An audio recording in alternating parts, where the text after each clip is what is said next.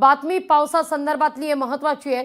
पुढील 3 ते 4 तासात काही जिल्ह्यात जोरदार पावसाचा अंदाज आहे। 50 ते 60 किलोमीटर प्रति तास वेगानं या ठिकाणी वारे वाहतील असा अंदाज वर्तवण्यात आलेला आहे।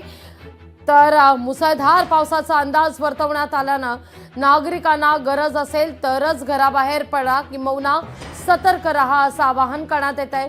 राज्य आपत्ती व्यवस्थापनाच्या वतीनं हा मेसेज आता जारी करण्यात आलेला आहे।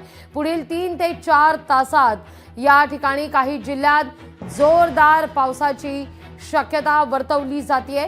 50 ते 60 किलोमीटर प्रति तास वेगानं वारे वाहण्याचा अंदाज आहे। राज्य सरकारकडून नागरिकांना आता सतर्क राहण्याचं आवाहन करण्यात येत आहे। राज्य आपत्ती व्यवस्थापन विभागानं मेसेजेस पाठवत तसं आवाहन राज्यातल्या नागरिकांना केलेलं आहे। लोकशाही मराठी ऐका, पहा, जागरूक रहा।